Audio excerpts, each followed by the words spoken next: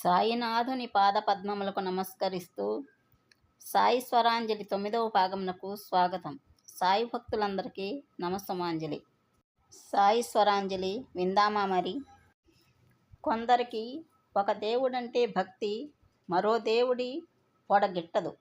దేవుడు అన్నింటా అంతటా ఉన్నాడని తెలిసినా నా దేవుడు గొప్పంటే నా దేవుడే గొప్పని వాదలాడుకుంటారు. తాను నమ్మిన దేవుడికి తప్ప మరెవ్వరికీ దండం పెట్టనని భీష్మిస్తారు.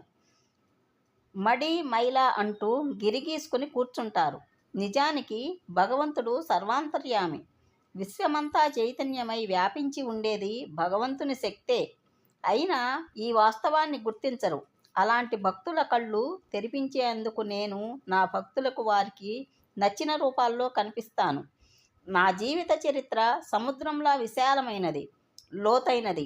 అందరూ అందులో మునిగి భక్తి జ్ఞానాలనే మణులను వెలికి తీసుకోవచ్చు. వాటికి కావలసిన వారికి పంచిపెట్టవచ్చు. నా నీతిబోధకమైన కథలు, లీలలు మిక్కిలి ఆశ్చర్యాన్ని కలిగిస్తాయి. అవి మనోవికలత చెందిన వారికి, విచారగ్రస్తులకు శాంతిని సమకూర్చి ఆనందాన్ని ప్రసాదిస్తాయి. ఇహపరాలకు కావలసిన జ్ఞానాన్ని, బుద్ధిని ఇస్తాయి.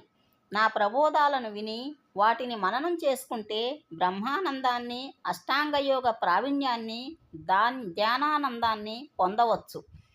నీవు కోరుకున్న విధంగా జరగనంత మాత్రాన నన్ను నిందించవద్దు.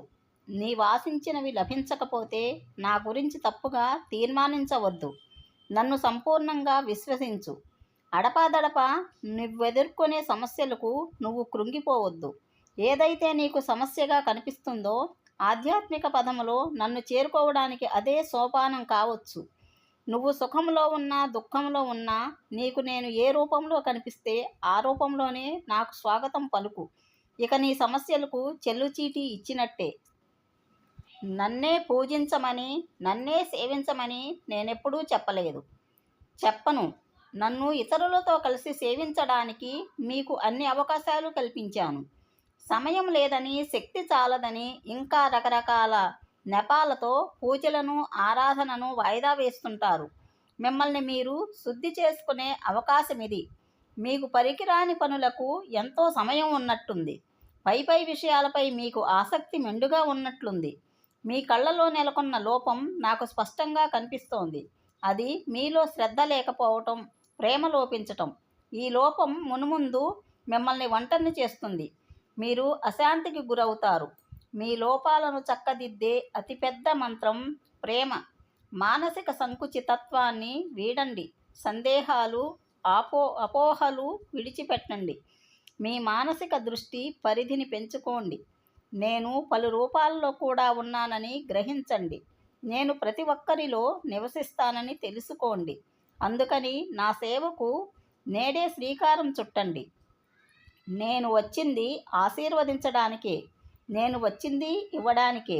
నీ బాధల్ని, ఆవేదనల్ని నాకు వదిలిపెట్టు. నిన్ను నీవు తెలుసుకో. ఆపై నన్ను, నా నిజతత్వాన్ని గ్రహించు. ఆ తర్వాత నీవు అద్భుతమైన వ్యక్తిగా మారి ముక్తి అందుకోగలవు. ఈ పాదాలు ముదుసులివి, పరమ పవిత్రమైనవి. నువ్వు నడిచే దారి పొడవునా నా పాదముద్రలున్నాయి. అవి నీకు దారి చూపుతాయి. నా పాదముద్రల కోసం వెతుకు. నా అడుగుజాడలను అనుసరించు. నేరుగా నీ గమ్యం చేరుకుంటావు. నాలోనే ఐక్యమవుతావు.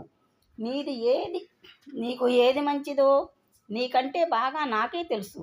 అయితే నువ్వు మాత్రం నువ్వు కోరుకున్నట్టే ప్రతిదీ జరగాలనుకుంటున్నావు.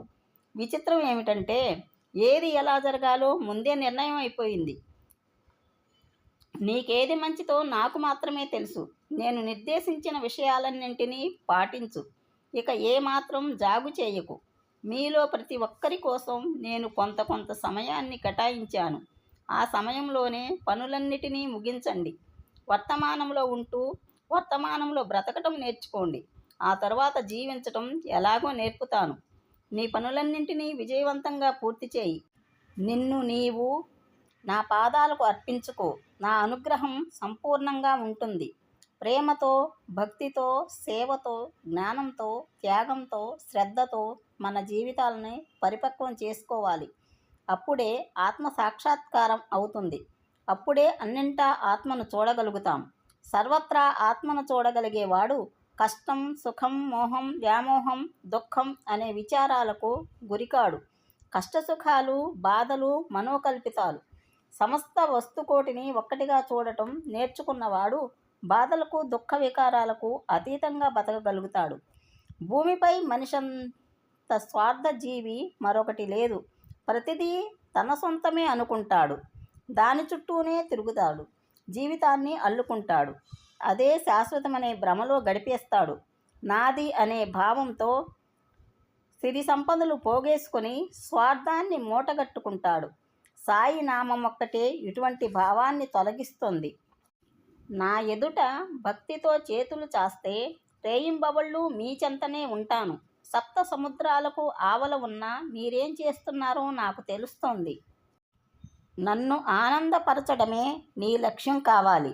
నీ చుట్టూ ఉన్న సమస్త జీవరాశిని సంతోషపరిస్తే నన్ను నువ్వు సంతోషపరిచినట్లే.